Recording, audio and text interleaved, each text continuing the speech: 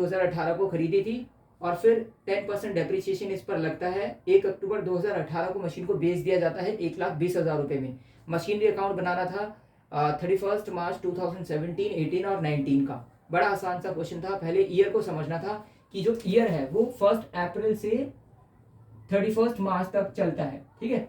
तो इस तरह से 1 अप्रैल 2016 से 31 मार्च 2017 तक 1 साल हो गया। फिर 17 यानी कि 1 अप्रैल 2017 से 31 मार्च 2018 दूसरा साल हो गया। उसके बाद तीसरा साल जो है वो स्टार्ट होगा 1 अप्रैल 2018 से और फिर 31 मार्च 2019 तक। लेकिन ये पूरा साल हुआ ही नहीं। बोल रहे हैं कि जब ईयर स्टार्ट हुआ 1 अप्रैल 2000, तीसरा साल 1 अप्रैल 2018 में, तो उसके 6 महीने बाद 1 अक्टूबर को यहाँ पर मशीन जो है वो बेच दी जाती है।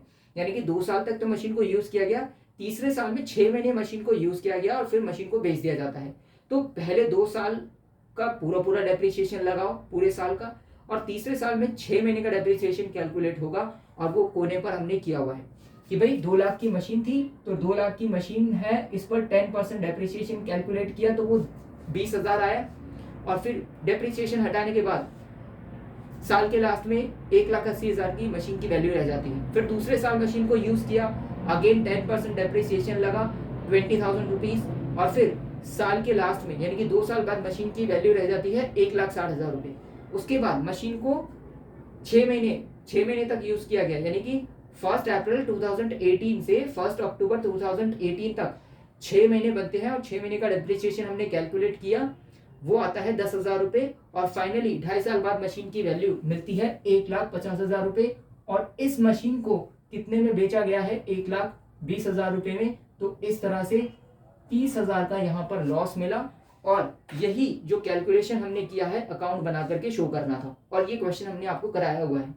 उसके बाद क्वेश्चन नंबर 2 था, in case of the term bill extra 3 days are given to acceptor are called. तो 4 ऑप्शंस थे यहाँ पर, डेज ऑफ ग्रेस, ये हो जाएगा करेक्ट आंसर। उसके बाद the party which is order to pay the amount of bill of exchange is called, again 4 option है, सी इसका करेक्ट आंसर हो जाएगा।